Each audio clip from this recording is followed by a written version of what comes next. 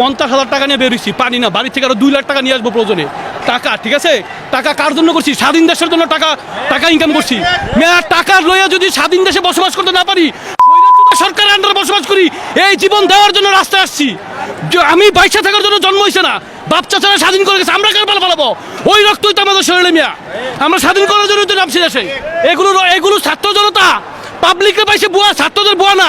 ভাষা আন্দোলন স্বাধীন করেছে ছাত্ররা, 69 স্বাধীন করেছে ছাত্ররা, 74-এর পর বাস দিছে ছাত্ররা, এখনো বাস দিবে ছাত্ররা ইনশাআল্লাহ।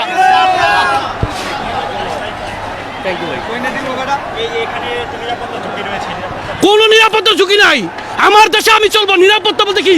আমার দেশে আমার নিরাপত্তা দেবে, আমি নিরাপত্তা দেবো আমার নিজেকে। সরকারকে নিরাপত্তা দেবে, সে নিজেই তো তার গদিনে নড়বড়ে আছে, বুঝেন না কেন? আমি আমার দলে আছি, আমি আমার দেশে আছি, এটা আমার বাপের দেশ। আমার বাপের বাড়ি ইন্ডিয়া না, আমার বাপের বাড়ি বাংলায়। বাংলায় থাকবো আমরা, প্রয়োজনে সে ভারতে যাবে এবং যাওয়ার জন্য রেডি হচ্ছে, বুঝেন নাই? আইসিইউ, মানুষ কখন আইসিইউতে ঢুকায়? মৃত্যুর পথে যখন তার থমথম যান যায়। উনি কারফিউ কখন দিছে? উনি আইসিইউতে আছে, এটাও বুঝতে হবে ভাই। দেশের জনগণ না, ছাত্র জনতা নেমেছে, আমার বাচ্চারা নেমেছে, তাদের পাশে যা দরকার তা দেবো ইনশাল্লাহ। দেশের রাস্তায় আছি, রাস্তায় থাকবো। বন্ধ তো করে দিয়েছে, পাবলিক জেনে গেছে, রাস্তায় নেমে থাকবো, বসে থাকবো, ইন্টারনেট যা ইচ্ছা তা করো। তার এই ক্ষমতা, ইন্টারনেট আর কোনো ক্ষমতা নাই। কোন কারফিউ তো চলতেছে, কি বাংলার কারফিউর মধ্যে হচ্ছে না। আমরা রাস্তায় আছি ভাই, সুস্থ আছি, সমস্যা নাই।